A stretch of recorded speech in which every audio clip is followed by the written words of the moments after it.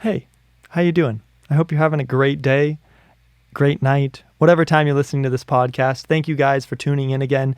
This is the Outlook Industries podcast. I'm your host, Trevor Johnson, back in the studio here in Rapid City, South Dakota to get another great episode done for you guys. I hope you've been enjoying the podcasts. Today, I have a very exciting guest. Today is Alex Blome on the podcast.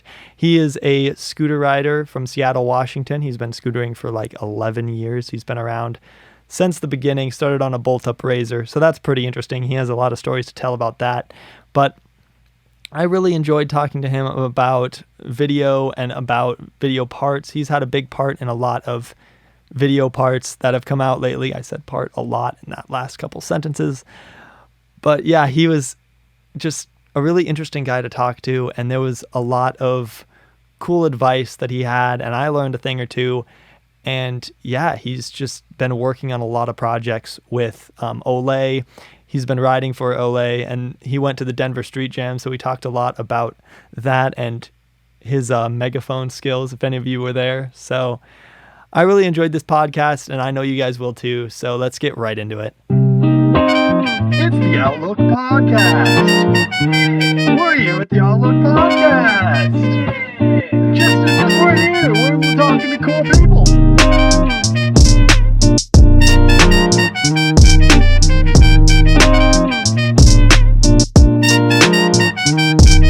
Hey guys, welcome back to the Outlook Industries Podcast. Today I have Alex Blome on the podcast. How you doing today, Alex? I'm good. I hope I pronounced your last name right. Yeah, no, honestly, you did better than most people. Sick. First off, what I want to ask you is kind of like who you are, where you live, what you kind of do outside of scootering, and then kind of when you got into scootering. So my name's Alex Blome. I'm 22 years old. I live in Seattle, Washington. I don't know, scootering's kind of like the main thing for me right now. Like, I have another job. I do landscaping, as I said, but that's just like the side gig. But I really try to focus on scootering and like filming all the homies if possible. Like, as of recently, like, I don't know, I guess I started scootering in 2011. Like, Oh, geez. Okay. it's in December of 2011. So basically 2012.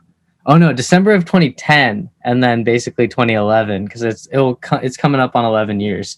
Wow. Yeah. Yeah. It's been a while. I've been around, but yeah. Geez. So, have you always grown up in Seattle? Have you always Yeah. been in Seattle? Yeah. Okay. I was adopted from Vietnam when I was 6 months old, and then I moved to Seattle, and I've been here ever since. Okay. Sweet. Your parents really supportive of it? Oh yeah, very. Like, I knew at the end of high school that I wasn't going to go to college, and that like I really wanted to just focus on scootering, and like they were just super down with that. And they're like, all right, like if that's what you want to do, like we're not gonna like, they weren't down to like pay my rent and just like give me everything, but they're like 100%, if that's what you want to do, like get a job and support yourself and go scooter as much as you want. Like, and I was like, word, like I'm down. Like that's what I did. Yeah, that's awesome. So what do your parents do? So my mom's an English teacher at the community college, and my dad is retired now, but for 20 years he worked at Microsoft as a technical engineer, writer type deal. I don't know. I'm not exactly sure on the specifics of it. But I know he was like coding programs and stuff, and like he was really I don't know if he was really super into it, but I don't know, he did it because like it was a good paying job, and it's Microsoft, you know. Yeah, that's an awesome gig. Yeah. Who got you into scootering? Did you BMX or skate before that, or is it just like straight into scootering? What's the story behind that? So I started skateboarding, and then there's like, so my middle school is like right up here, and then right down the hill, it was on the top of a hill, and right down the hill is our local skate park called Doll Field, and I would just go there like literally every day after school, like before school, like if I was walking there, and I would go and skateboard, but like I skated for like a year and a half, and I just didn't really progress that much, and I like didn't have that much fun. But then my friends, like there's this dude Tanner Schmidt and Simon Womhoff, like if you know the OG Seattle scene, like you know who those guys were. But they really like, they would come to the skate park too on their scooters, and they just seemed like they were having like loads more fun than I was. And so I was like, maybe I should switch to that. And so I remember these dates because they were holidays. But on Halloween, I bought my first like Ultra Pro from somebody else though. So I honestly, this is a big regret for me to say, but I've never bolted my own foldy. Like someone else, I bought a bolted foldy from someone else and already had the bolts on and everything. So it was just like a good, decent beginner scooter. Nice. And I was like, word, like I have a razor. I started doing tail whips and stuff. And then on Christmas, this is like my anniversary, I say, because I still skateboarded and scootered between Halloween and Christmas. But on Christmas, my parents got me the Phoenix integrated or non-integrated deck. And really? Yeah. So it was that long ago. But then ever since then, like I literally just pretty much threw my skateboard away and like just was full on scootering as much as I could. Nice. Have you ever picked up? I mean, I'm sure you picked up a skateboard again, but have you ever thought about doing it more? Not really. It's just I don't know. Every time I skate, I find it so much harder. Like I know. I'll be trying something and I'll just be like drenched in sweat after a little bit. Whereas scootering is like, I don't know, maybe it's just because I'm not familiar with it or it's like not my main thing. But every time I'm like, oh my God, like this is so difficult. And like I can kickflip, I heel flip naturally. And I always do heel flips and people are like, wait, like can you not kickflip? And I'm like, no, not really. Like I just heel flip is natural to me. Yeah. I don't know. I've been wanting. Last time I had a skateboard, it was like 3 years ago, and Jackson Brower. I'm putting him on blast, but Jackson Brower was here for the street jam, and he wanted to borrow it, and then we took it to the skate park, and he left it there, and so and then we went back for it, and it was gone. So ever since that, I was just like, I don't really need it. Like, you don't need one, Yeah, I would, however, like a filming board though, like like a cruiser. Yeah. It's like I can do everything, like holding my scooter with one hand and filming like this, but it would be so nice to like have two hands on the camera. Yeah, for sure. That's such a good investment for just filming, which obviously is another one of your passions. Like, what kind of camera do you have? First off, I have two DVX 100Bs and I have an HPX 170.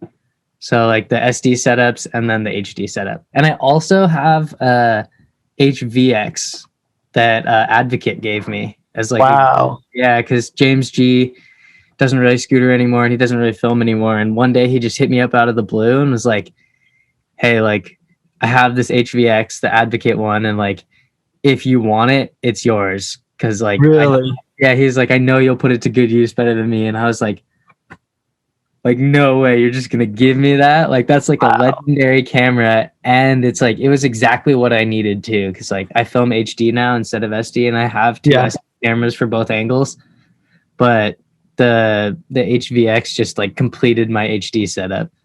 Wow, that's really nice. I haven't done much of the like SD stuff, which I think is really, really cool too. Are you moving towards doing more HD now? Yeah, well, BLTN 1 was SD, and like I bought my first DVX from Zach Poon, like when was it? Like 2016, like at the end of high school, and I used that for like years and years, and I loved it. Then tapes started to get expensive, and like just capturing the footage and like having to worry about like not filming over something or like not messing up the tape deck heads or whatever. It was just like kind of stressful, and I started to fall in love with like the look of HD once everybody else started using HD. And so after BLTN 1, I was just talking to one of the local homies here who stopped scootering. His name is Joseph Chung. Shout out to him. But he had this HPX, and he was selling, he wasn't trying to sell it really, but he wasn't scootering, and so he had no use for it. And so like I just long shot lowballed him, like real, like I was like, I'll give you $500 for it right now, and they're worth like 1,000 or almost like 1,500, and he's just like, all right. And so like I got blessed with my HPX, and like in my it has P2 cards, and like the worst thing about P2 cards is they're really expensive. Right. It's like the 64 gigabyte ones now are like almost upwards of $250 to $300. That's ridiculous. It's just a memory card. Right. But like I don't know, since it's just such an outdated thing or whatever, it's like it's just hard to find. And so Do they make them anymore? I don't even know. I always just look on eBay or whatever. Like someday I'm gonna find a deal on eBay and cop it. But he blessed me. Like both the camera came with two 32 gigabyte ones, and like it was all for $500. So I was like, oh my gosh, like this is just too good to pass up. Yeah, like, the 232 gigabytes gives me like 68 minutes of recording time. So it's basically just like a little bit more than a tape, which I was already used to, just filling up tapes and then like getting a new one. But like, yeah, it's the same thing. I just fill up the P2 cards now, and then I just erase everything, and it's all good. start over again. How much footage can you get with that 32 gigabyte? 132 gigabytes, probably like 34 minutes, but I got two. So it's Okay. it's like a little bit over an hour. Yeah. Does that fill up before the battery life runs out? Yeah, for sure. Okay. Yeah. Or no, sorry. Other way around. Yeah, the battery will die away before that fills up. Oh, okay. So you have a few charges. That's nice to know. Yeah, it is. I'm not familiar with those cameras too much, so it's like just trying to figure that out. Yeah. Where do you get like your inspiration for videos from, though? I don't know. Like scooter videos a lot, honestly. I gotta say, like, I personally am not. I like watching BMX videos because it's like semi-relatable. Right. And it's like, okay, I see he's on his pegs. He's doing a 50, and then he's doing a bar spin or a tail whip. But Yeah. like, I don't really like watching skating very much because like I have no idea what's going on, and like I don't know. Skaters haven't been like. I mean, nowadays skaters are awesome. Like at least in Seattle, like everybody's very accepting nowadays. But like in the past, skaters have not been the greatest, and so I felt like probably that was a little bit why I didn't like spend all my hours at home watching skate videos or whatever. But Yeah. I like much prefer to watch scooter videos and stuff, and like Y2K Evil, that's one of my favorite videos, and the breakfast videos, and I don't know. My inspiration for BLTN though, like I remember being in middle school, like before I scootered, I was just like, I had like this shitty flip camera, like one of those ones that has like the USB plug-in on top, and you just plug the whole camera into your phone or computer. Yeah. Like I remember just like talking to my friends, I'd be like, I want to make a full length, like I can film all of us, and like just like, and nobody was down, and it just never happened. And then fast forward 9 years, we have BLTN. Yeah. And so, like I don't know, it was a long time in the way, but like I had always wanted to make a full length just because it's like, I don't know, it's just so cool. And like you have all your homies, and like in the friends section too is like anybody you can possibly put in there is like scootering. And I don't know, video parts mean a lot. And like they do. I always say like you're gonna forget your Instagram video after 2 days, or like even no matter how crazy it is, like, or maybe you'll remember if it's like the most insane thing ever, like but a mediocre Instagram video is gonna blow over anybody's head, and then it's just gonna be forgotten. Whereas a video part, it's like you try your hardest for like 1 to 6 months or even multiple years, and then that goes onto YouTube, and like if everything goes well with like copyright and stuff, like that will be there forever, like until the end of time. Like you'll be like, I look forward to showing my kids and my grandkids all the scooter videos and everything that I made, because like I'll be like, this is my youth, like this is everything. This was everything to me at one point in my life, and maybe when I'm 60 or whatever it won't be, but it was at one point, and it's documented and it's there for people to watch for the end of time. Yeah, that's like, think about skateboarding and when they came in, and like those like CDs, like the DVD that they made, and how long they lived, dude. Like even to this day, if you can plug in and put like a skate DVD in, it's like Animal Chin will live forever. Yeah, dude, that's like, it's just so meaningful. And it's like, I bet there's skaters out there who film and stuff who just have like all of the videos that have ever been put out, like as a collection or something. Because like, no, that's timeless. It is. And like even YouTube like can be pushed under the rug a little bit like after time, but like that era skating came in at this perfect time where they got to keep those videos, which I think is really cool. Yeah. But I really like and appreciate video parts way more than people putting stuff on Instagram or Instagram TV or whatever. Yeah, It just totally. lasts so much longer. And I think we've kind of gotten away from that as like almost as like an industry. I love how they just did the This Is Scootering videos because that'll really push people to think about that more. Totally. But Like, unfortunately, scootering has like, and it only really seems to be scootering. Like, but like BMXing, rollerblading, skating, they're not living on Instagram like we are. And I don't exactly know why, but like, I don't know. I just like, I see kids these days trying their very hardest for Instagram. And it's like, dude, like if you, even park kids, like if you just didn't film that for Instagram and you filmed a YouTube video, like it would still be more meaningful. Like I would think, unless you're only doing it for the views and the clout, then it's just like, it's whatever. But like Will said, that's not what you should be doing it for. No, exactly. Because that's what gets caught up in your head is like you can post something on Instagram and it'll get way more attention way quicker. Yeah, totally. But then it's just gone.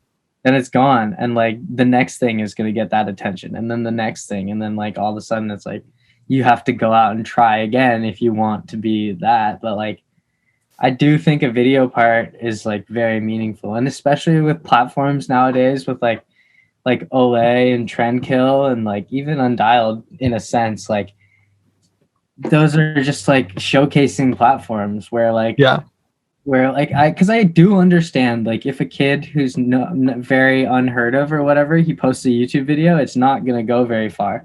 But like Undialed and Olay and Trendkill are like here to help with that. Basically, it's like exactly 90% of the time, if you hit one of them up with a semi-decent video, like they will post it, and then you'll get like all the recognition you could ever want. Versus like I don't know. I love what Matt McKean is doing with Trendkill. Like Trendkill is really showcasing video part. They're the Thrasher of scootering at this point. Which is really, really cool. Yeah, definitely. I really think Trendkill is sick too. McKean's definitely doing it well. McKean and David Coe. David Coe. I forgot about David. Yeah, those are kids. So are you looking at staying in Seattle or are you going to move? Do you know? So I'm actually going to move down to LA in September just for like 6 months. And just like, nice. 'Cause I've been here my whole life pretty much. And I love it. Like I really love Seattle. But like I got to say, ever since Will left, it like the winters get hard. He's not here during like the winter. And so like, me and him, like the Seattle scene is really weird right now. Cause like me and Will are like the only people really in like Seattle. And then there's like tons of scooter riders just like abroad or not like within like a 20-30 minute drive from us, which like doesn't seem that bad because you go to Phoenix or something or like Cali and you have to drive like pretty far to see anybody or like not to see anybody, but like from place to place to place you have to drive. But everywhere here is like 20 or 30 minutes away. And so like to us that seems far because it's not like 5 minutes or something. Because there's I don't know. The scene, it's just me and Will in Seattle, but then there's like all the Lake Stevens dudes like Jacob and Joseph and Holden and I don't know, I forget all their Instagram names, but they're all, there's a ton of people just like a little bit away, which is sick. But in the wintertime, it's like me and Will would ride like every single day when he was here before he went to college. And so now like it gets a little burnt. And it's cold and it's like rainy always. And so, I don't know. I think this winter will be great though. Cause this is a story. My girlfriend like has a job in California. She's been working remotely in LA for like, or she's here, but she's been working remotely.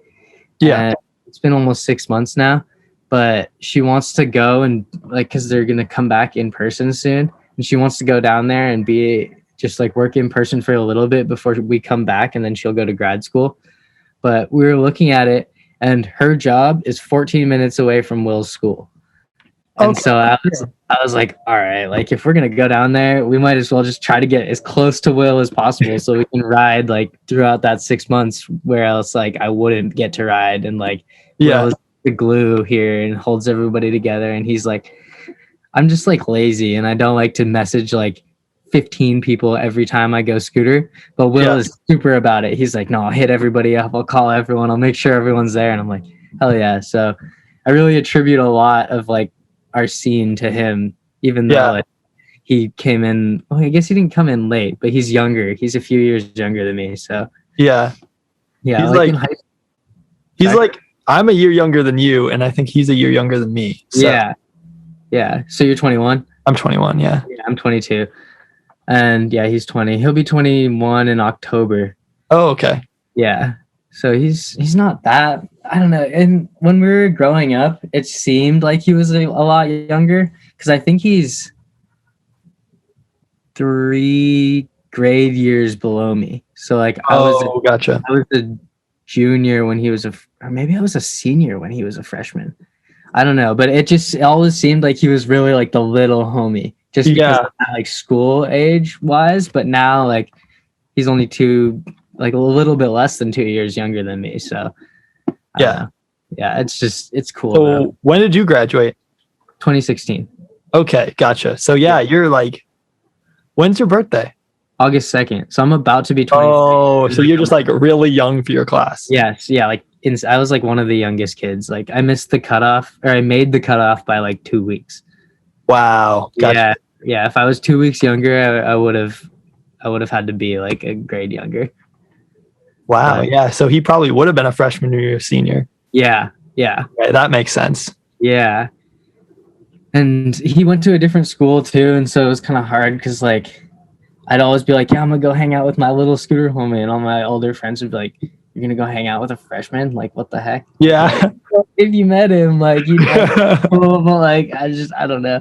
So they didn't really understand the whole scootering thing, and I feel like that definitely put me aside, like when I was growing up and stuff, because I was like super focused on scootering in high school, and like I didn't do a lot of social high school things that all my other friends were doing. Yeah. I was so focused on scootering, and like I recognize that now, but going back, I wouldn't change a thing. Like, Right. Yeah. Like I was just going to the skate park every day.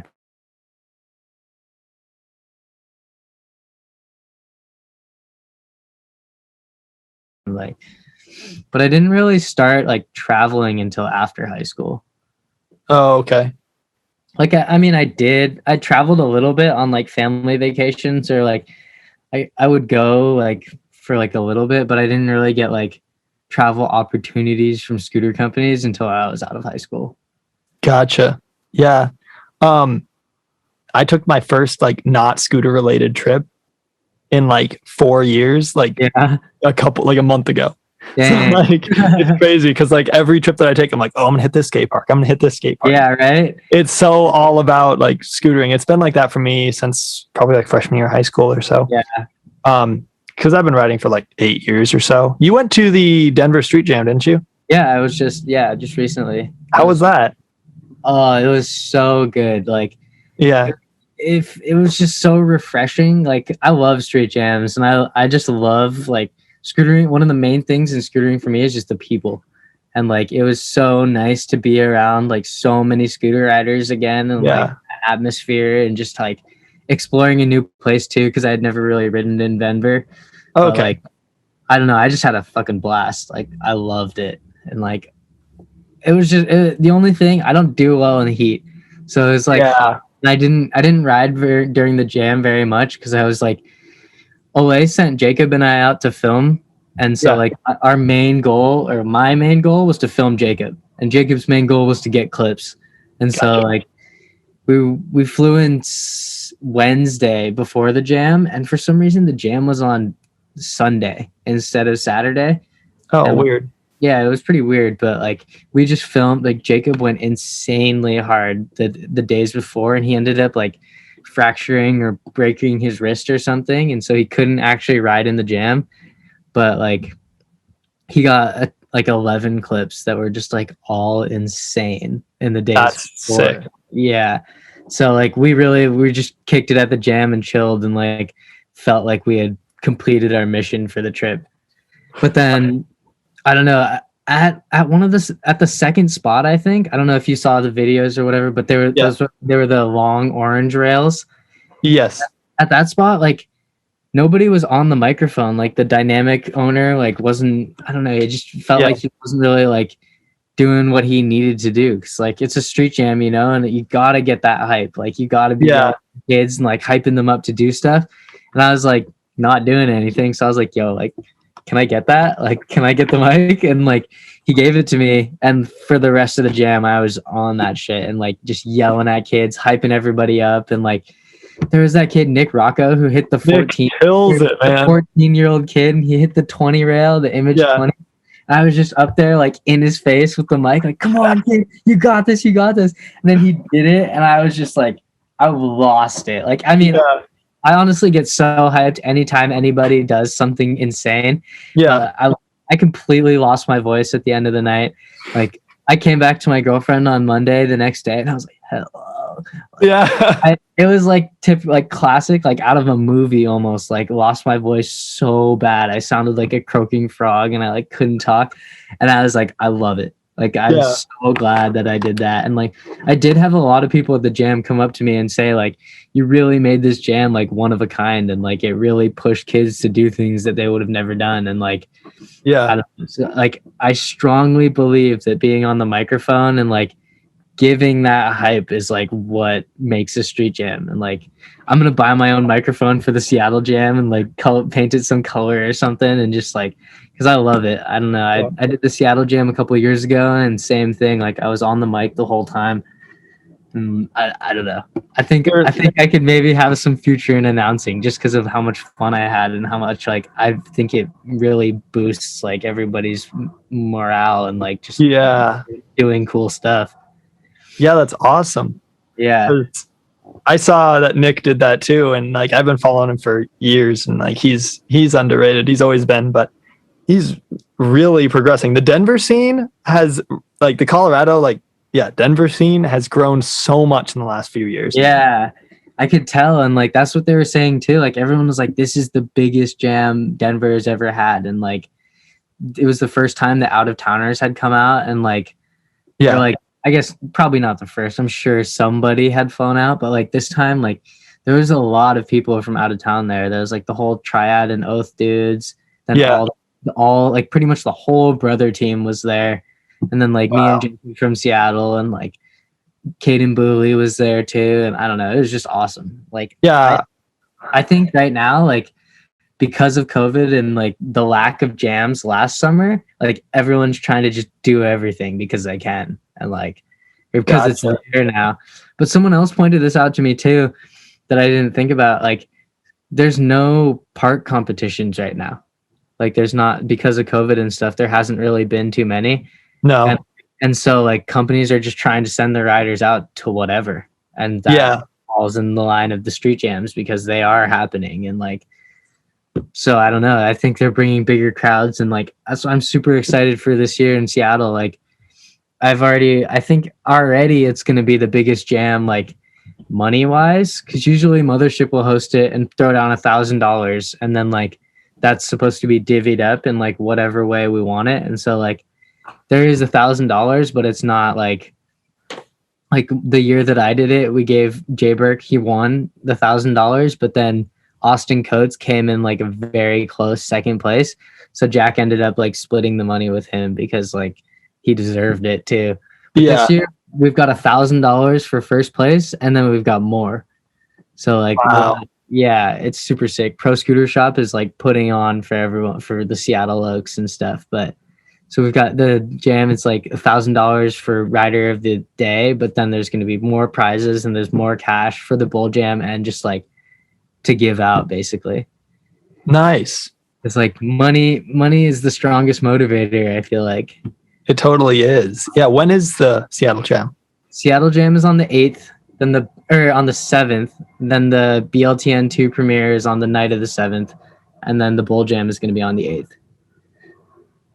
Of August. August. Okay, I was about to say. I was sorry. I was like, oh god, if that was just in a couple days. Yeah, I was like, no. Yeah, no, of August. And I'm gonna go through this whole summer without going to a single street jam, and it's killing me.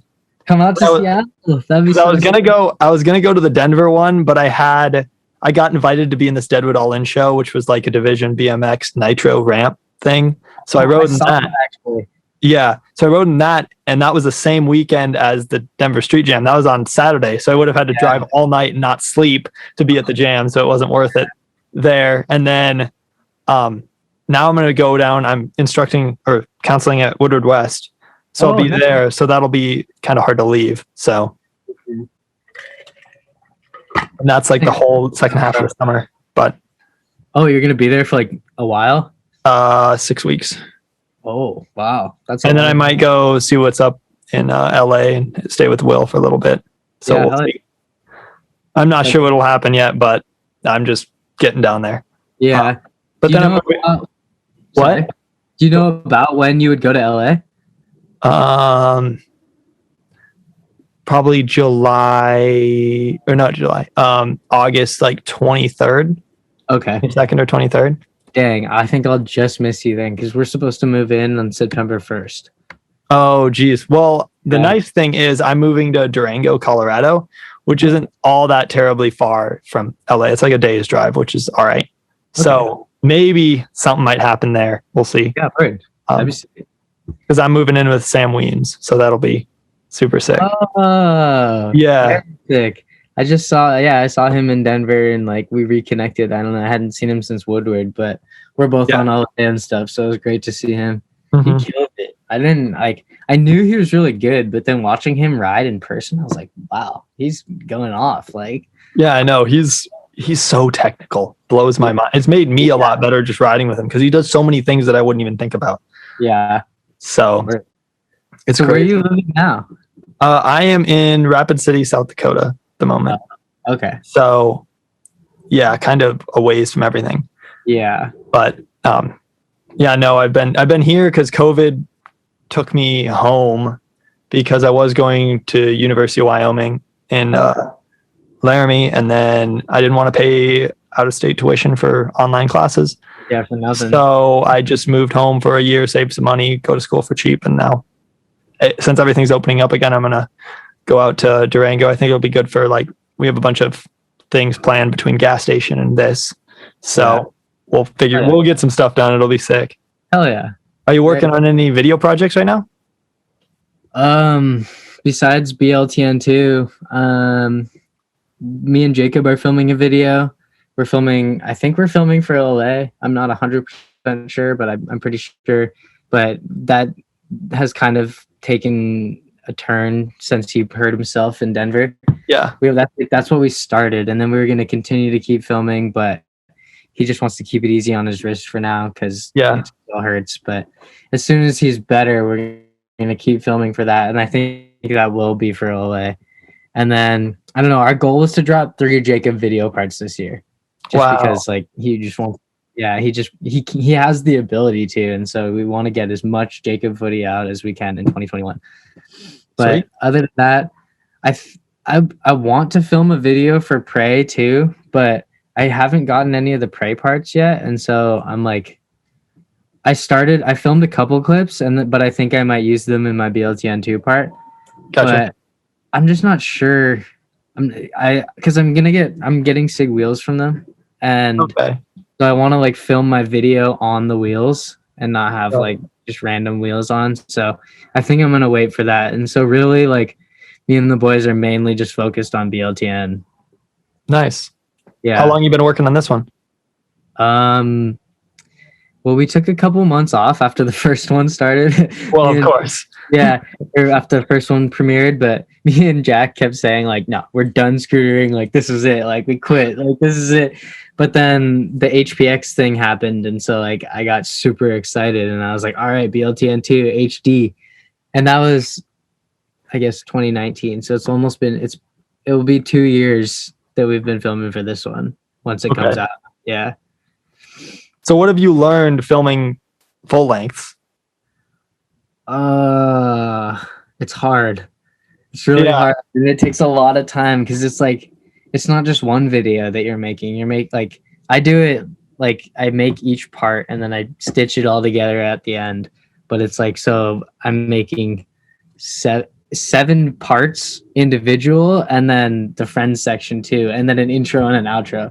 Yeah. It's 8 videos that I'm really working on technically, but then it all goes into one. How long is each person's part typically? It really depends. Yeah. Yeah, like I think mine's gonna be 10 minutes long. Okay. It's like I have that much footage and like I'm gonna use a couple songs and stuff, but like I don't know, there's one part that's gonna be like 2.5 minutes. And so it really depends on how much footage the people or the individual has gotten and the song. And like for me, the song really matters. Like I have a lot of almost everybody's pretty much done except for Enders and stuff, but we're having like song issues, and so nothing has been edited yet because like Oh, gotcha. like I need to have a song that I like really like. Like the boys will send me something and I'll be like, I don't really feel it, and if like because I'm editing it, if I don't feel it, like it's hard to like be like, okay, I'm gonna listen to this song 80 times and like love it or like Right. it. And so that's like I don't know, that's one of the biggest things is like the music, and then also finding a song that hasn't been used in a scooter video before so you don't get that like that hate and stuff. Right. It's difficult. It definitely is, just from filming edits and stuff. From my perspective, like it's really hard to find songs. It's really hard to find songs that you're happy with. And then are you worried about like monetizing anything, or you just don't worry about that? Yeah, I don't really care about that. I'm not trying to like, I mean, BLTN 1 got put on Trendkill, and so like even if it was monetized, that would be like up to them to make the money or whatever. We wouldn't get anything from that. Yeah. But same with, and then BLTN 2. BLTN 2 is called Weather Permitting. I keep saying BLTN 2, but it's Weather Permitting. But that's gonna be on LA. So again, like with the monetizing, it's like not that. Yeah, it's not up to me really. But if it does make money, Jared will do good with it. Jared definitely would. Yeah, Jared is the man. Jared is the fucking man. So yeah. How did your relationship with him start? Like, where did you meet Jared?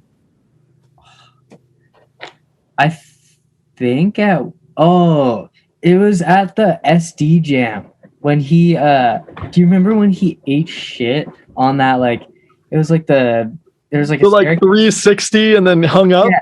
Yes, bounced. I watched that, like I was in the front row, just like firsthand. I was like, oh my god, that just happened. But he was staying at Andy's house and I was staying at Andy's house, the owner of AO. And so like we were both on AO at the time, and so we got to know each other and stuff. And then like fast forward a few years, he hits me up about LA and like was just like, you want to be on the brand ambassador team or whatever, like the team. And I was like, honestly, like I'm not sure about this. Like it seemed a little like like another Undialed or whatever. But I was like, I really fuck with Jared as an individual. He's amazing. Like he's just the greatest, most genuine dude. And I was like, you know what? I'm down. Like because you're in charge of this and this is your thing, like I would like to support you. Like in what like so whatever happens with this, like maybe it will tank or maybe it will blow up, which it is now. And like I'm really grateful that I'm still a part of LA and that I got that opportunity so long ago. Cause like I don't know, Jared's done things for me now that like I don't think any scooter company or anybody has gotten. Like he flew me and all the BLTN boys pretty much minus Keegland to Vegas recently, and like that was he paid for our Airbnb and all our flights, and that was just like that's unheard of. I was like, dude, I'm sponsored by LA, but my 5 friends aren't, and he sent all of us somewhere so we could film for BLTN. And when we got there, he was just like, all right, boys, I just want you to know, like, I don't expect anything. Like, I just want you guys to do you and like have fun. Just like film like you normally would or whatever. Don't like, he wasn't asking us for Instagram content. He wasn't asking us for pictures or anything. He was just like, just focus on BLTN and like get your shit done. And I was like, wow, dude, I like, first of all, that's unheard of. Cause like what scooter company is sending out like one sponsored rider and then all their friends? Yeah.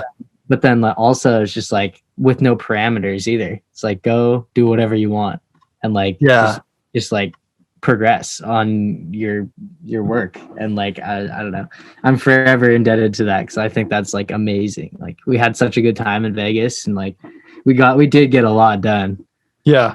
Which was sick, but I don't know. And then he sent me and Jacob to Colorado too. And while we were in Colorado, Jacob like whip front boarded this 15 rail. It was just like insane. Like it was insane. Wow. Yeah. But like Jared got so hyped. He runs up to us after like Jacob gets the clip and he goes, "You guys are going on another trip. Just like tell me when, tell me where, and like we'll make it happen because like this is insane." And I was like, my guy, like, wow. Yeah. Just unreal. And so like I'm really glad that I joined LA when I did, just on like a whim, basically, because I like Jared so much. Yeah. And now, like I'm all for it. Like I think it's sick. Yeah, Jared is definitely one of the best influences in the scooter industry that we have at the moment. I think more people should follow in his footsteps. Yeah. And I hope they do, because it'll really grow our sport really quickly in a good way. So, so yeah, awesome. What do you do for work? And have you found like a job in LA, just moving out there? Like, how does that work? So my girlfriend's got her job, and she like, I don't know. I'm honestly like just gonna go and bum it for 6 months. Like if I don't have any opportunities to travel or like go film people in other places, like, because my dream is to just like travel and be like, all right, I'm going here to film so and so, and then I'm gonna go here and film so and so, and like there's like through LA, like there's a possibility of me doing that, like hopefully in the near future. And so like that would be awesome. And like I think if I'm not working for 6 months, and like my girlfriend is like, she's gonna go to LA regardless, and she's gonna get a place and like live there for that 6 months regardless. And so like like I stay here and she goes there and we split up for 6 months, or like I could just go with her, and like because she's already going to be doing it. And so like if there's no film opportunity and stuff, or like travel opportunity like that, then I'm definitely going to get like probably just a shitty part-time job or something, not anything that's like career wise or whatever. But I don't know, I think it would just be such a prime opportunity not to like, or like to pass up, basically, if I could travel and like live for 6 months without having to pay rent or whatever. Yeah. But we'll have to see about that for sure. But I think it'd be sick to like, I don't know if I'd want to work at the vault, but like if I could like involve myself with the vault or something, and like, but I don't know. I don't really know you definitely could. From what I've heard from Matisse, it seems like they are pretty accepting of people coming in, and they probably need somebody right now. I'm not going to speak for them, but from what it sounds like, they're like changing positions a lot. So it's okay. I'd hit them up. Yeah, sure. Yeah, it doesn't hurt to ask, and the worst they could do is say no. So exactly. But yeah, I don't know. I'm just excited to get out of the winter here and to be closer to Will when he's not going to be here, because like me and Will, like we really just like we get along really, really well. And like I don't know, he said this the other day, like our friendship has just been so mutually beneficial. Yeah, like, we always are just hyping each other up, and like whenever we're filming anybody else, it's like we're both on the camera, and then like I'll be like, hey Will, you should start on this light, and then I'll end on this light, so we can transition our stuff. And like we're always talking about like having the same colors and just like being on the same page with our filming and stuff. And like I think that really helps. And it's also just like, I don't know, it's something that I've never experienced before, because I've always like been the filmer kind of. But I definitely credit Will to like everything. Even though he's younger, and even though I taught him how to scooter, he's just like taught me how to be a better individual, and like a lot about filming and stuff. And just like, I don't know, I feel like I used to be kind of a dick when I would go to the skate park to little kids and stuff, just because I was like an angsty teenager who like I thought was super, I don't know. But Will was always like, yo, stop being mean. And I was like, just like, and so now I've definitely like lightened up towards all the kids and stuff. And like, I don't know. I really credit Will to a lot of like who I am now and like everything around me. He seems to be really good at like social connections and stuff too. Like he knows a lot of people. Yeah, definitely. Like, and it's part of it is just like because of his personality and who he is. Like, I know for a fact, like he was saying, like if a kid messages him on Instagram or whatever, like he'll take the time to message you back. And like I'm sure that goes with like older people too. It's like if an older person, like a respectable scooter rider or something, like says one thing to him, he'll message them back, and then he'll start he'll start that friendship right there. And so like he's just he talks and he loves talking, and so that's totally like part of that. What was one of like the most influential experiences that you've had like in scootering? Like where did you go that you met a lot of people and kind of started you like into scootering? When did you kind of get sponsored and that kind of stuff? Well, okay. I feel like when I was really young, so Mothership was like, okay, wait, I guess I'll get to the first one first. I used to have this friend named Sam Dybeck who me and him used to scooter in Seattle like a ton, but then he moved to San Diego like when we were really little, I guess like I was probably 13 or 14. But like he was like my best friend here. Like he was the filmer, and so we would always film like just little like videos for our wax company or whatever, just like videos at the skate park pretty much. But then he moved, and so I got super bummed. But then my parents like let me go and stay with him like pretty much every summer. I'd go for like a week or something, but I would go and stay with him, and he introduced me to Elliot Arnold. And so like I remember one trip, like I was definitely a park kid still, like when I first started going there. But like the second time or the third time, I think I remember like I had a fasten deck, but then Elliot gave me an AO deck, and I was like, wow, like this guy Elliot is like so good, and he's a pro, and like I really look up to him. So I'm gonna ride this AO deck. Then I did my first full whip, and like wow. And I remember every time I would come back from a trip, like I would just scooter way harder, and I'd like really be feeling myself. But I came back from that trip like with my full whip abilities, with my AO deck, and I was like, I'm street now. Like there's like I'm street. Like all the dudes in SD were riding street, and I was just like, I can't be doing this park stuff when all my homies down there are doing this street stuff. And so like that was like a big changing factor for me, because like Elliot just like he was like 4 or 5 years older than us, but he still hung out with us every day while we were there and took us to spots and was just like a goofball, just like we were. And so like that really was like a changing, influential part of my life, because I was just hanging out with Elliot. Like I don't know if you go on the YouTube, there's like a video called like Story Time with Elliot Arnold. Like we talk about, he just like tells some stupid stories, and I tell some stupid stories, but like you can just see like we're kids back then. But it was really, I don't know, Elliot just like involved or like pushed me to be who I like, a street rider instead. I'm like, so when did that transition happen?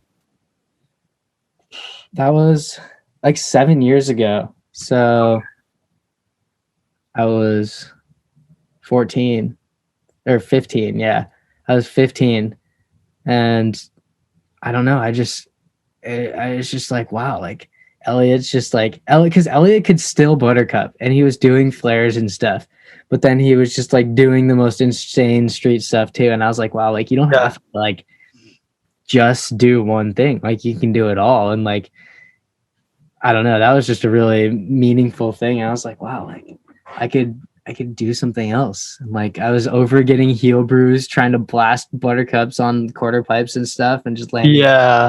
And so like I don't know, that was a large part of it. I just got a tilt deck.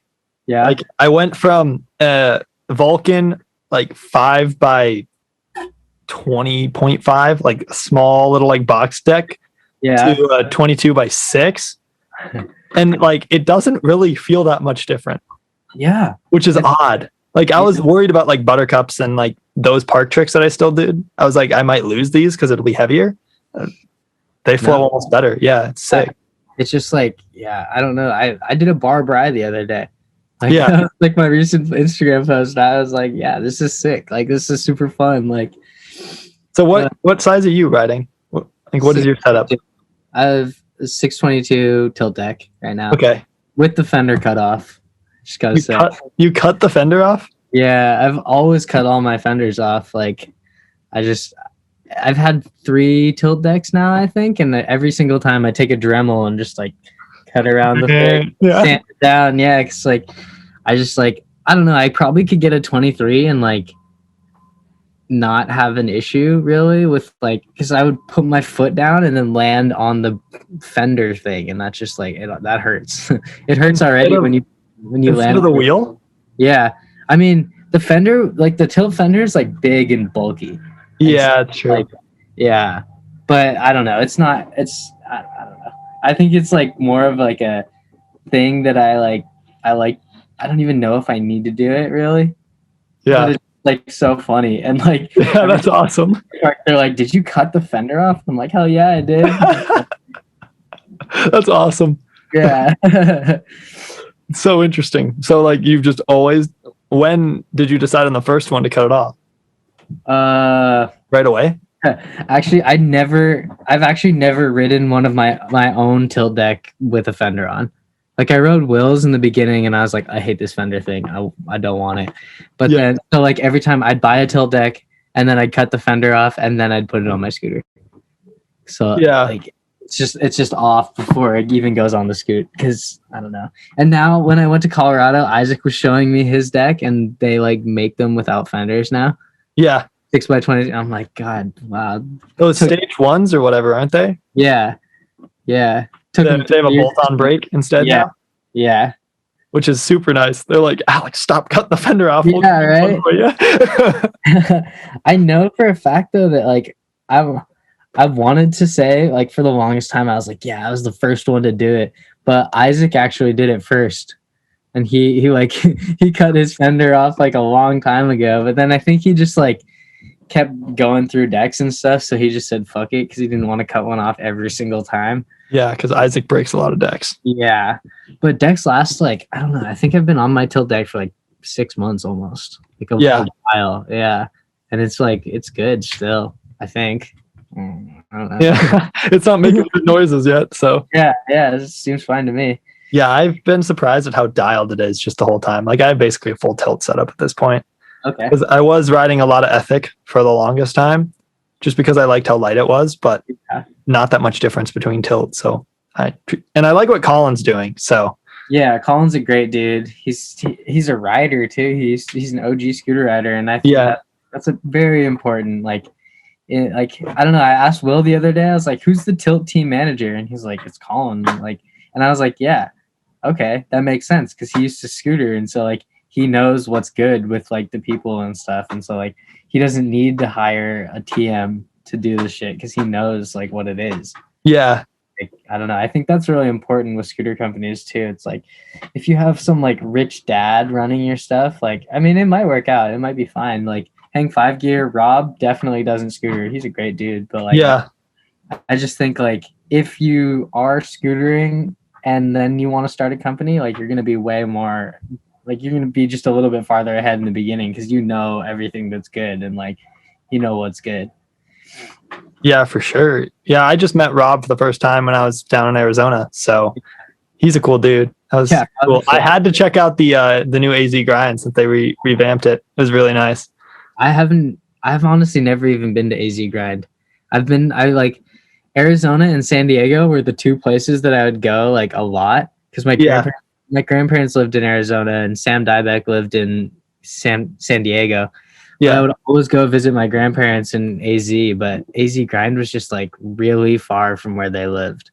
Oh yeah, my grandparents are like, I'm gonna say it, like 20 minutes from AZ grind. Everything's 20 minutes in Arizona. I don't know why. Yeah, but yeah. So I don't know. I'll get there eventually. I'll go. I'm really good friends with Mean Bean and stuff. Like that's what I do. And so like eventually, I stay away from Arizona in the summer. Like, it was brutal when I was in the summer.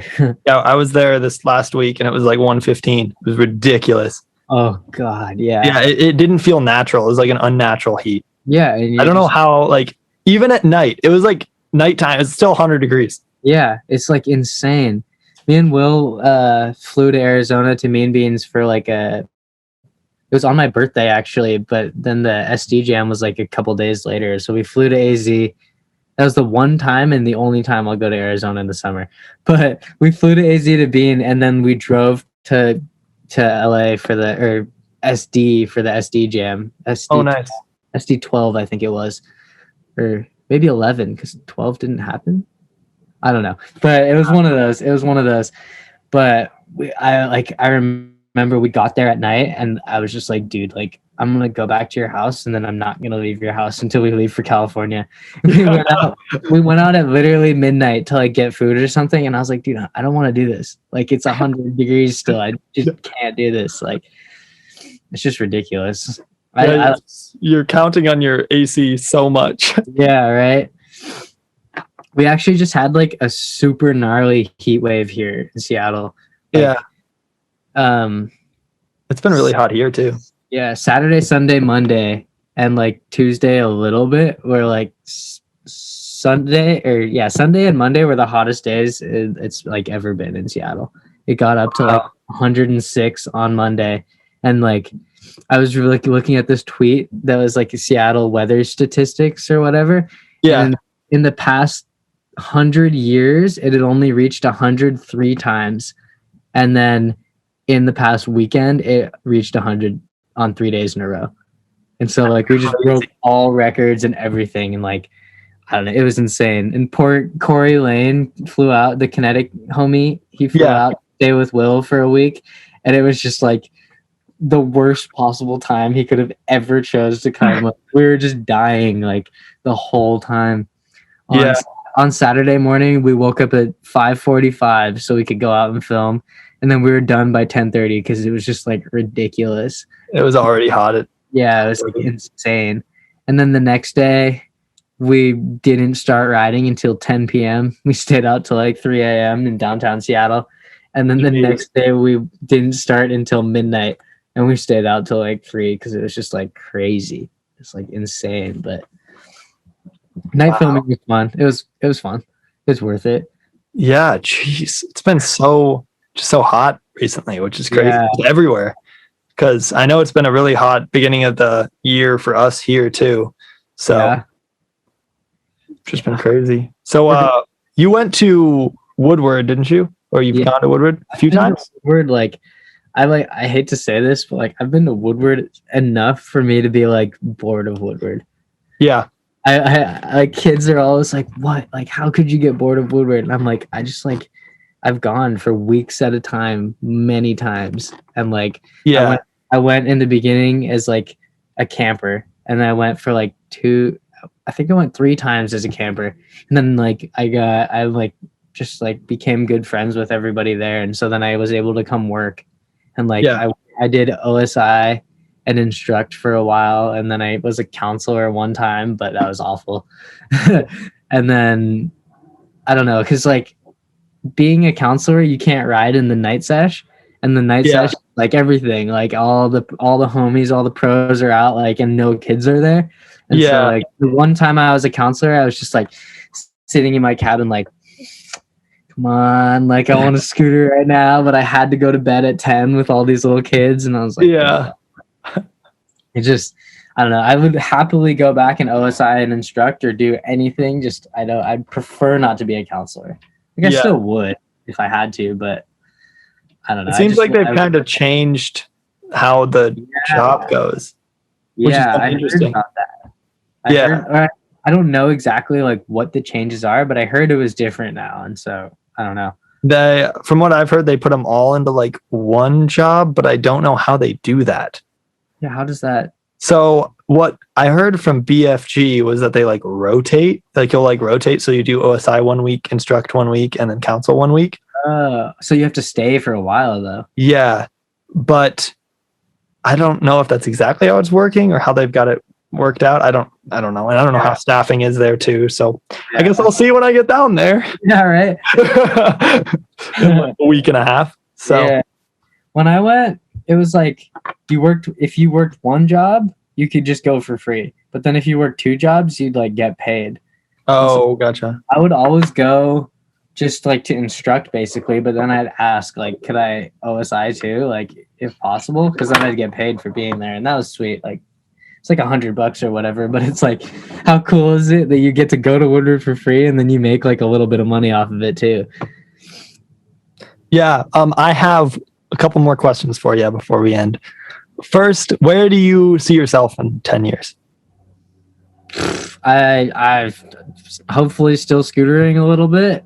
not fully, like not as much as I am now, but like in 10 years I'd love to have had BLTN 1, 2, and 3 out, and then just like Yeah. as many legitimate videos like as possible. Gotcha. Yeah, that'd be cool. Probably Is there anywhere you want to live specifically, or just travel around, or? I just want to travel, and then I want to buy a house here.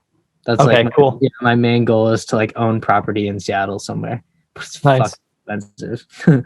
Yeah. What advice would you give to somebody who's just trying to get into scootering and is trying to film like a video part or some kind of day edit? Like, what advice would you give them?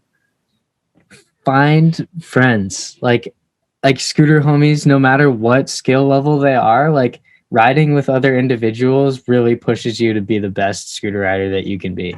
And like seeing someone else do something, like if you're say like not very good and then all your friends are really good, that will push you to do better tricks, because you're just like, wow, like they're going crazy, like they're doing insane stuff. And like the friend groups that you make along the way and like the people that you ride with like have everything to do with how long you stay in it and stuff. Like I see kids who are like really good at scootering, but they just ride by themselves and they come to skate park by themselves and they get burnt out of it because like there's nobody hitting them up every day or whatever. And it's like, it's a large part of why Will and I like click and like have been together and like scootering together for so long, is because like he would literally hit me up or he still does literally hit me up every single day.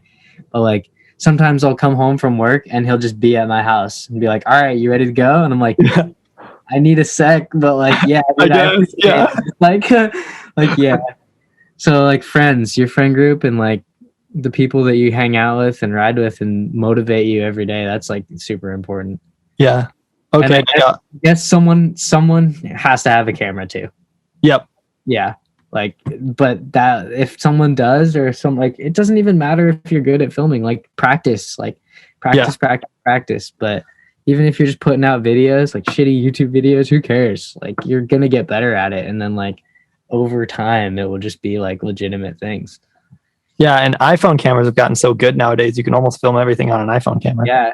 That's just, I will say that like could discredit somebody a little bit. It's like, if you make a super banger YouTube video, but it's just on a phone, it's like, wow. But how would you know nowadays? True.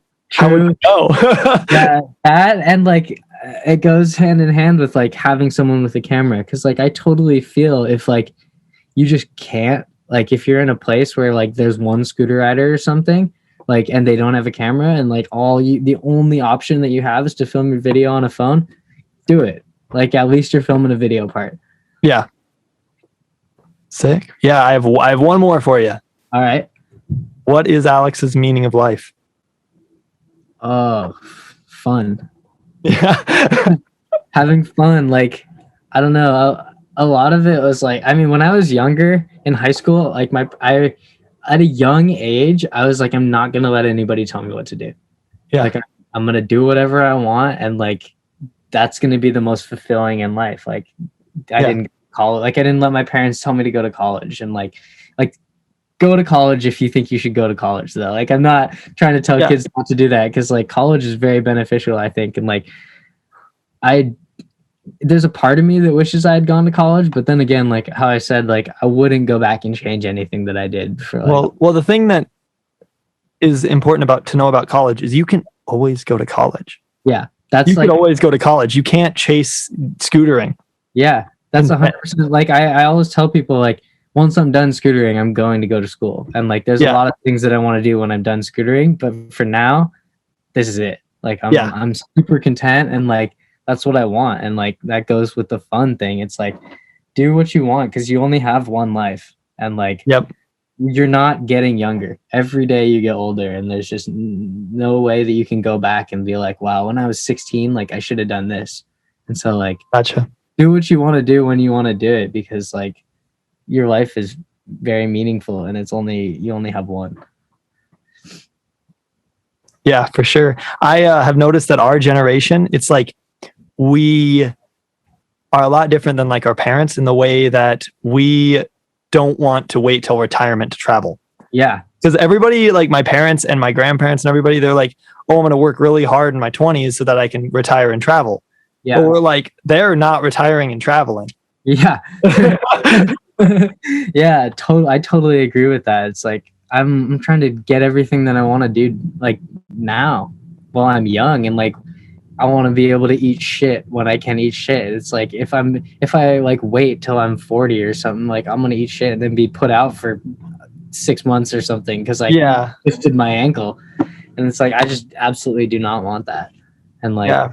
that's like how I've lived my life, is just like I'm pretty terrible at planning, but it's like just one thing at a time, just taking whatever opportunities that come at me and like just rolling with it. Cause like again, like you only have one opportunity to do this. And then Yes, you really do. you're dead. So yeah, take advantage of every moment that you can because you only got so many. So Yeah, totally. awesome. Well, thank you, Alex, for coming on. It's been really fun talking to you. So Of course. Yeah. Thank you for having me. yeah, for sure. We should definitely do it again sometime. But thank you guys for listening. If you're out there, please, if you're on YouTube, hit the like button, hit the subscribe button. It'll really help this channel grow. If you're also on Apple Music, go down, give me 5 stars. That would really mean the world to me. And yeah, have a great rest of your day, night, or whatever time it is that you're watching this. And I'll see you guys in the next one. Peace.